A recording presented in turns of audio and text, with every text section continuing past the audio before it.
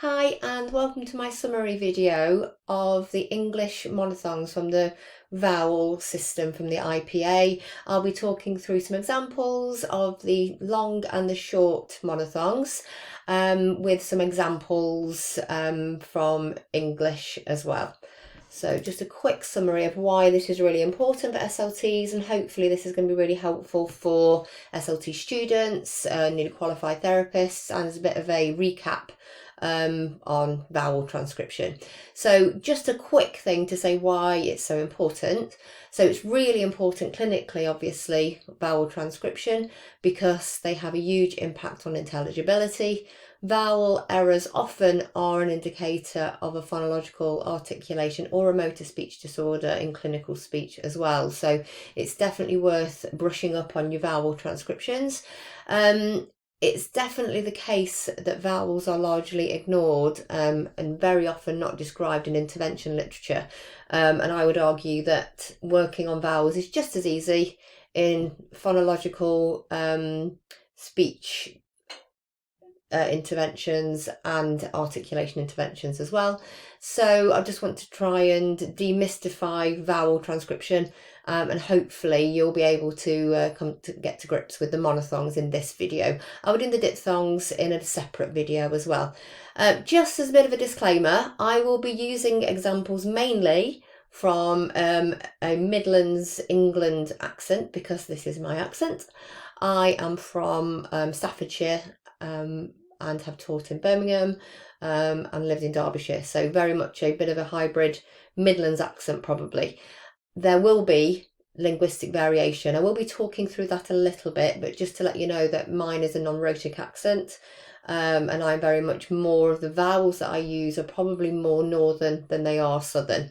I'll be using the phonetic symbol system for these vowels from the vowel transcription chart that Sean Pert, who's the chair of the RTSLT as of 2025, he put one out because he teaches in Manchester, kind of an updated version of the vowels that he was using, and that's the one that I will be using. I do refer to differences in some vowel transcriptions as well in the systems that we're using throughout. So, bit of a summary. These are the monophthongs that I will be covering. So I've split them down into those short monophthongs and the long ones. So the short ones, there are a, I, o, and a. I don't use one of those in my accent. Probably know which one it is, but I'll talk through that later. And the long monophthongs are r, e, oo, and or. So I'll go through each of those one in turn and probably give you a few examples for each of those as well, so you'll be able to get to grips with transcribing those. Okay, so we'll go through the short monophthongs first. So the first one is I, and if you can look at how I've transcribed those and how they're transcribed, it is a capital I, but it is at the level of a smaller sound. So kind of on that level of like a G sound. So that's how you would transcribe it. You wouldn't transcribe the I as a full capital letter. That isn't how we transcribe it. So it's at the size of a lowercase I, but it is it looks like a capital I. So that would be in words like pit, gilt, and ink. Just to say, I have very much just done kind of that kind of loose transcription. I've not gone into detail with any diacritics as well. So I haven't put any stress marks or anything. I've tried to keep my transcription kind of diacritic free, just so you can really focus in on the different vowels that I'm going to be using. When we get to the long transcription, the long monophthongs, you'll see that I also don't use lengthened marks on my transcription either, and I'll talk through that later. But as you can see here, the I vowel is in pit, gilt, and ink. Try to give you an example of different spellings as well. So you can see there that even though gilt is spelt with a UI, We do not say that, do we, when we are saying the word guilt? We say the I sound. So that's I. That's quite a straightforward one, to be honest, that one. Then we have this sound, which I use a lot. When we get to the southern sound, I'll also put some examples in of when I would use this, and people with a northern English accent would use this. So this is I would use this, and I think most people would use this on words like wood and soot and mug.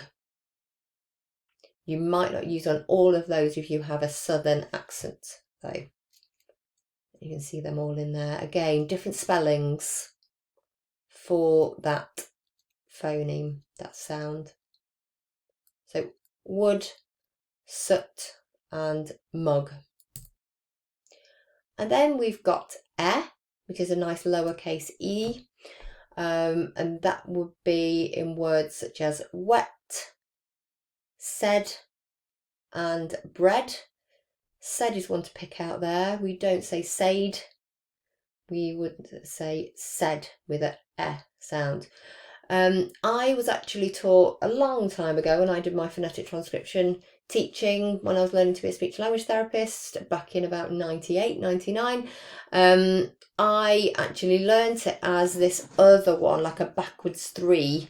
But I have retrained myself because I know that this is what we should be using now, just this lowercase So that's what I use. But you will possibly still see this symbol being used as the phoneme. So just keep a lookout for that.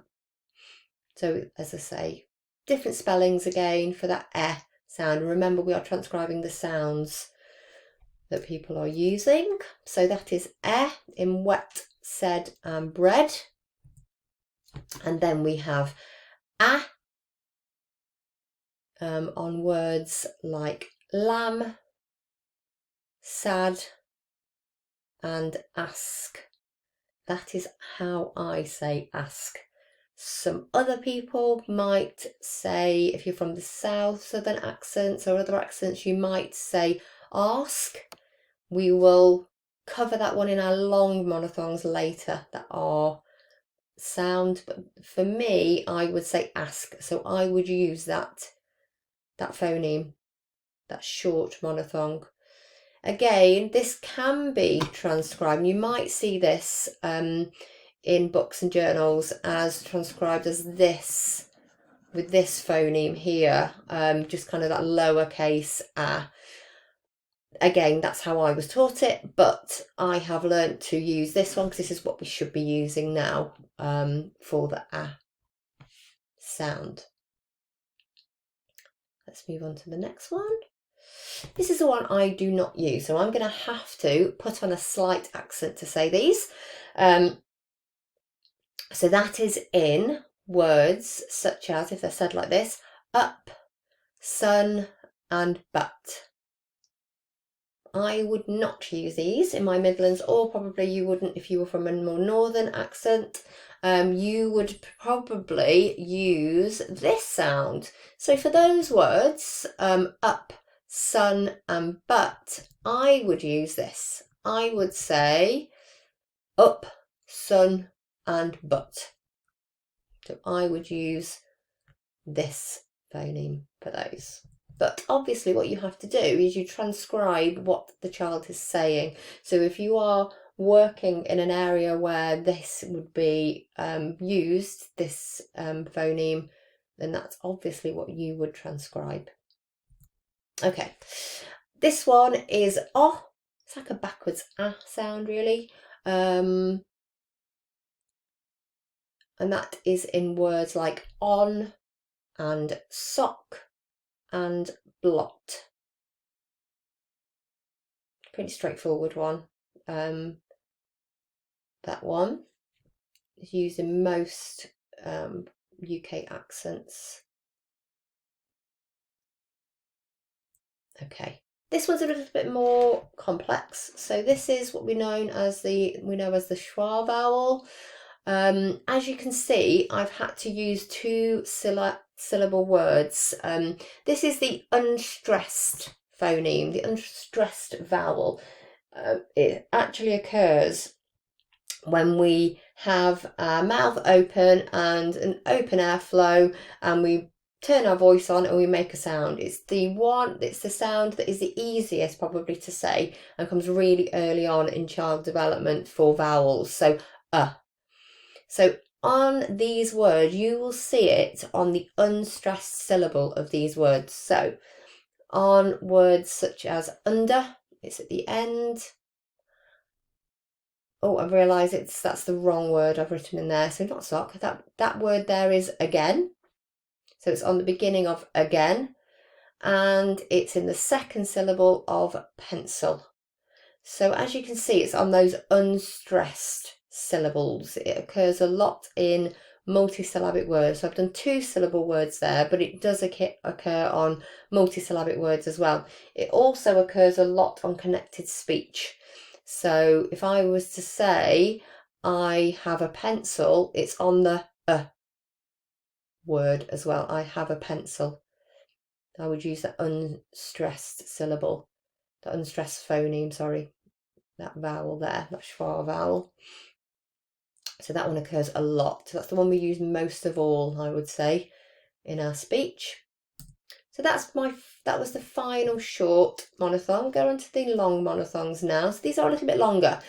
You will see that I have not written the lengthened mark, which is the kind of the two arrows or the two dots.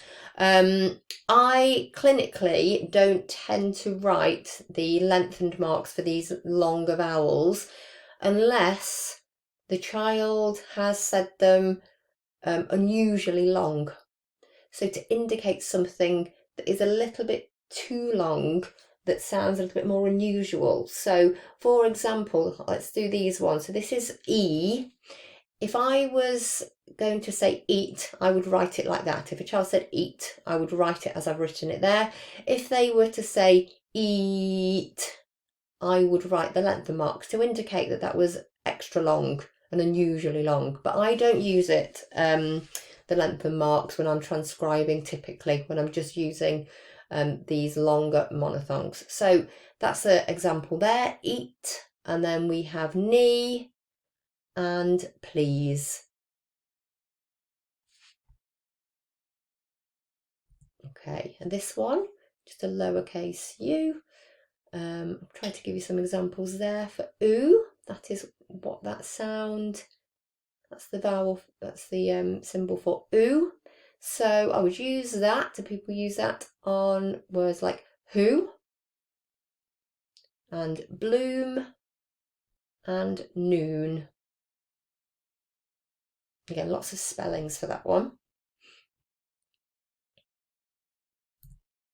And then this one, which is like a 3, actually says and again I've got lots of spellings for that one. So that vowel appears on words like earn and burp and her.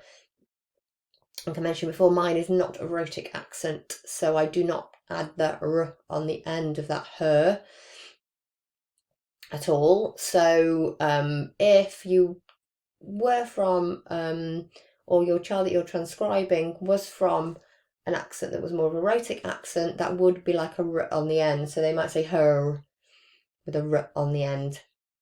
But in most English accents, apart from the West Country probably, they are non-rhotic accents. There's a few parts of Scotland that would be using that rhotic R, but I would not be using that from where I am from the Midlands accent at all, unless the child uses it in error, in disordered speech. So that's why there is no r at the end of her. So they are all you can see the different spellings, earn, burp and her. Okay, this one is or, I go backwards C, that's or, and again lots of spellings for this one. So ought and born and for. Again, no r at the end of for. That's how I would transcribe those. And I've added a little bit at the bottom for these. Every accent probably in the UK would use this R sound for these words. So arc and dart and far. But it's also, this vowel is also used in southern accents for words such as, if I was to say them with a southern accent, grass, bath and laugh, whereas I would use the short monophthong.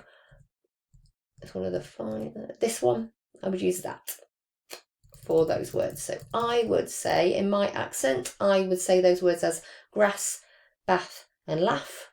So I would use the short monophthong for those words. But if you were transcribing a child who has a southern accent, then this would be your phoneme that you would use. So grass, bath and laugh. That would mean it's the same as these words here, arc, dart and far. Okay, that's everything. I am going to do another video on the diphthongs as well. I just wanted to split these off. Please let me know if there's any other videos that you want. I'm kind of focusing in on phonetics and phonology and speech sound disorders and assessments there. I'm going to move on to some interventions as well, but also I'll probably do some bits on language later on as well. But any suggestions that you would like to have, then please let me know.